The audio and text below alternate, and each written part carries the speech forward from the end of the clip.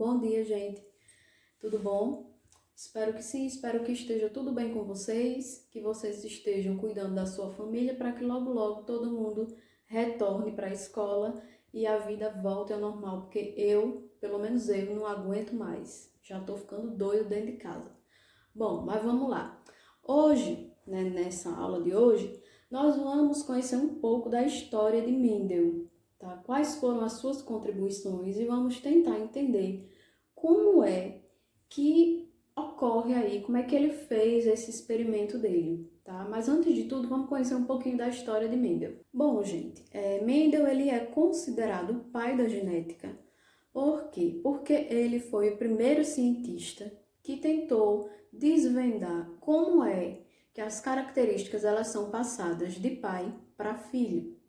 Hoje nós sabemos que são os genes, mas naquela época existiam várias teorias, tá? E nenhuma era 100% comprovada.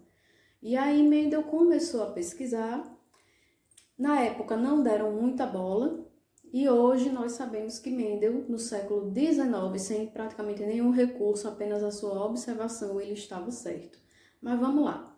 Mendel, ele era um rapaz muito simples, ele era filho de agricultores, de camponeses lá da Europa, certo? Então, ele passava o dia trabalhando com os pais dele e a outra parte do dia ele ficava observando plantas e animais. Então, ele tinha esse interesse, já pelas ciências naturais desde pequeno. Até que aconselharam Mendel a ir estudar em um mosteiro. Por que em um mosteiro e não numa escola? Porque naquela época a escola era para filho de burgueses, né? Só quem podia estudar, só quem tinha acesso ao ensino eram filhos, homens ricos, certo? E Mendel, como filho de camponês, ele não tinha chance nenhuma de ir para uma escola, a não ser que ele seguisse a carreira religiosa. Naquela época, a Igreja Católica ela era detentora de tudo, tá? De dinheiro, de terras e de intelecto, tá? A ciência, basicamente, a ciência da época, ela era realizada principalmente pela Igreja Católica. Então, essa era a chance de Mendel ter acesso a estudos. E aí ele foi para o mosteiro. Lá no mosteiro, ele tinha acesso a livros, a bibliotecas, a pesquisas científicas. Então, assim, ele estudou bastante. Quando ele se ordenou monge, ele foi dar aulas em uma universidade. Então, o que é que Mendel fazia? Ele conciliava o tempo dele entre dar aulas na universidade e a outra parte do dia ele ia fazer pesquisas científicas lá no mosteiro.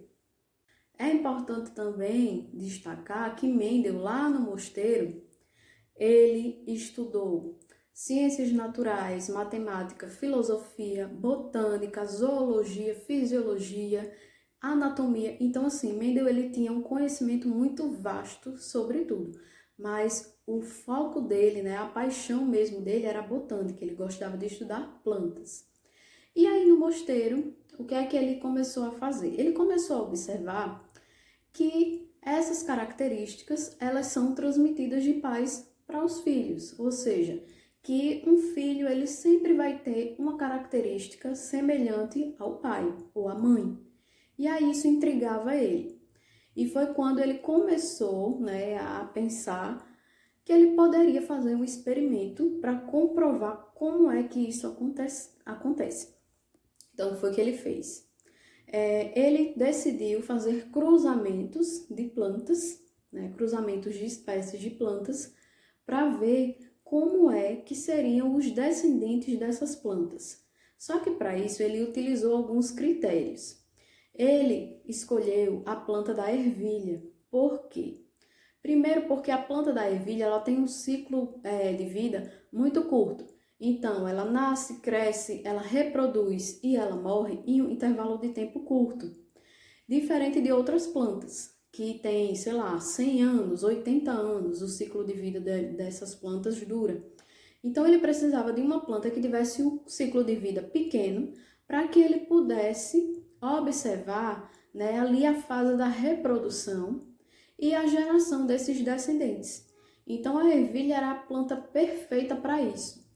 Além disso, a ervilha tinha características entre as espécies. Características diferentes, como a cor da semente, ela podia ser amarela ou verde, o tamanho da planta, a forma da flor poderia ser diferente, a forma da vagem, a textura da semente, ela poderia ser lisa ou rugosa. Então, isso era perfeito para o Mendel, porque essa planta, ela tem um ciclo de vida pequeno, ele podia observar, né, os descendentes dessas plantas em um intervalo muito curto, e, além disso, dentre a espécie existiam variações, então isso era perfeito, porque ele poderia selecionar uma planta de ervilha com determinada característica e a outra planta com outra característica também diferente. Fazendo o cruzamento dessas plantas, ele iria observar como seriam os descendentes. Bom, na imagem que vocês vão ver a seguir, vocês vão ver todas as características que o Mendel ele escolheu. Professora, como é que ele fez o cruzamento dessas plantas? O que é que ele fez? Ele fez um cruzamento artificial. Como assim? Ele pegou o grão de pólen de uma flor masculina. O grão de pólen, ele vai ter as estruturas reprodutivas de uma flor masculina. E aí ele levou esse grão de pólen para uma flor feminina. E assim ele fez esse cruzamento artificial, certo? Geralmente, as plantas, elas são polinizadas por insetos ou por alguns animais. Só que quando a gente fala em polinização artificial ou cruzamento artificial das plantas, nós estamos dizendo que isso foi feito pelo homem, propositalmente, para ver aí como é que serão as variações dos descendentes. Então, foi exatamente isso que o Mendel fez. Então, aí vocês estão vendo uma tabelinha com todas as informações, com todas as características das plantas de ervilha que Mendel selecionou. Então, como eu falei anteriormente, ele escolheu plantas que diferiam na cor da vagem, né? Ela poderia ser amarela ou verde. A forma da semente, ela poderia ser rugosa ou lisa. A cor da semente, que poderia ser verde ou amarela. A cor da casca da semente também. A posição das flores e a altura da planta também.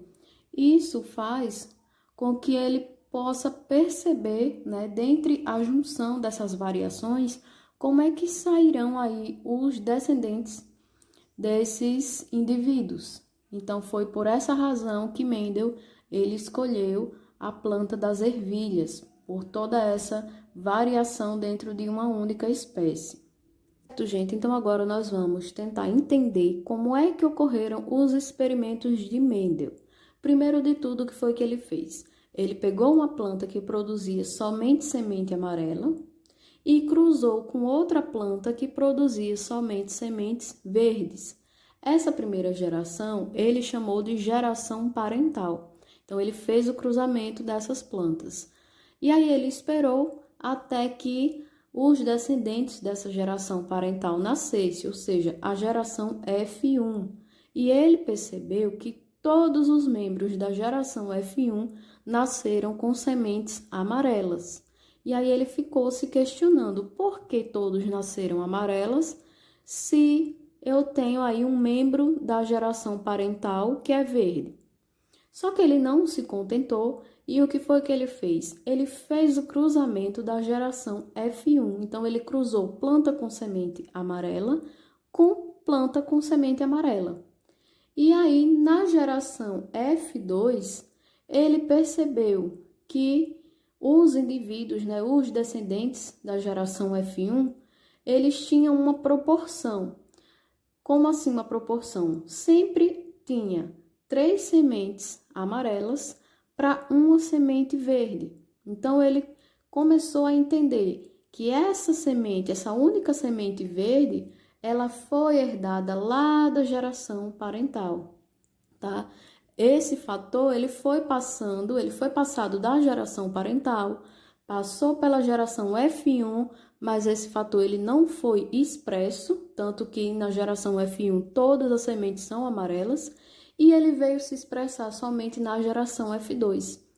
E aí ele repetiu esse experimento várias e várias vezes, e ele sempre percebia que existia uma proporção de 3:1, ou seja, 3 sementes amarelas para uma semente verde.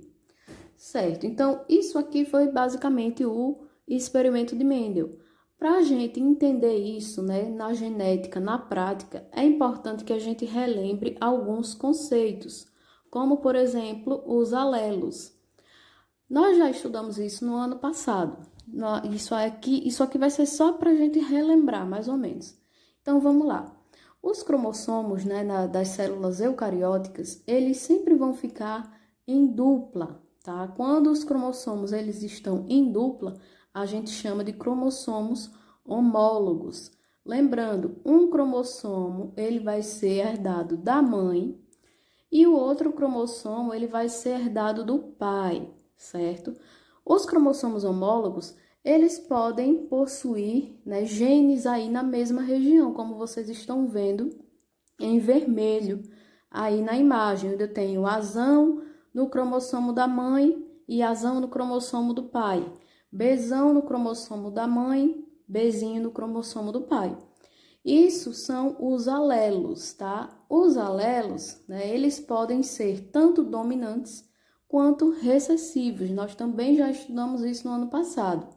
O alelo dominante, ele sempre vai ser expresso por uma letra maiúscula, enquanto o alelo recessivo, ele sempre vai ser expresso por uma letra minúscula. Para que um alelo dominante ele se expresse, ele pode estar tanto em dupla quanto com um azinho. Por exemplo, ele pode ser tanto homozigoto, tá? Ele pode ser azão, ou ele pode ser heterozigoto, azão ou azinho. Se tiver um alelo dominante, ele, como o nome já diz, é ele que vai se expressar, certo?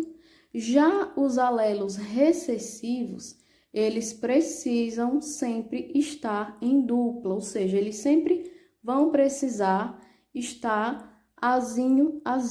Sempre tem que ser homozigotos recessivos, ou seja, azinho.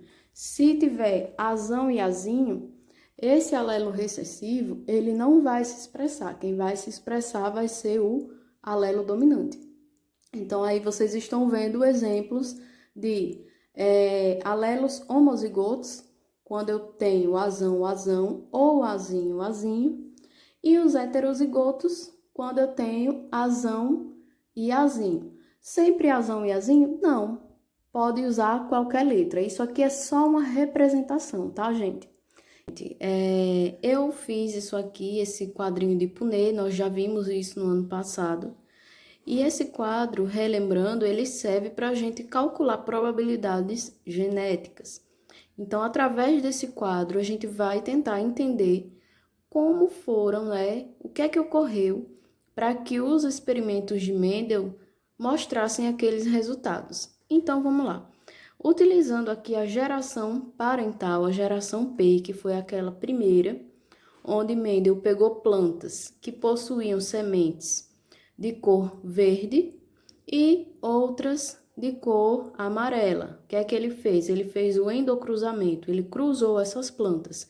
Então, assumindo que a característica verde é uma característica recessiva, como vocês estão vendo aqui, eu vou fazer o quê? Eu vou colocar aqui no quadrinho azinho e azinho, certo? Já a característica de cor amarela, da cor da semente amarela, é uma característica dominante. Lembrando, é recessivo, homozigoto, por quê? Porque são iguais, e dominante também é homozigoto, certo? Então, eu vou colocar aqui azão e azão. Certo, fiz isso, a gente vai fazer agora o cruzamento desses dados. Simples, azão com azinho, eu vou ter azão, azinho. Azão com azinho de novo, eu vou ter azão, azinho. Novamente, azão com azinho, eu vou ter o quê? Azão, azinho. E por último, azão com azinho, eu também vou ter azão e azinho. Professora, tudo deu azão e azinho. Isso significa o quê? Que eu tenho 100%, certo? De probabilidade de as futuras gerações nascerem com sementes amarelas. Por quê? Porque lembra que o gene dominante, ele não precisa ser homozigoto para se expressar. Se eu tenho o gene dominante, seja ele com azão, azão ou com azão, azinho, significa que a característica que ele carrega vai se expressar. No caso aqui, vai ser a característica de sementes amarela. Então, foi por isso que, quando Mendel cruzou a geração P, todos os descendentes da geração F1 nasceram com as sementes amarelas. Beleza, então a geração F1, ela era composta somente por sementes amarelas. E nós já vimos, né, no quadro, na probabilidade passada, que essa característica é uma característica heterozigota dominante, né? Porque o gene, né, que expressa a cor amarela, ele tá aqui nessa geração F1. Então, o que foi que ele fez? Ele resolveu cruzar de novo. Então, ele pegou uma planta que produzia semente somente amarela, lembrando que sempre da geração F1, tá? Então, eu coloco o que? Azão, azinho.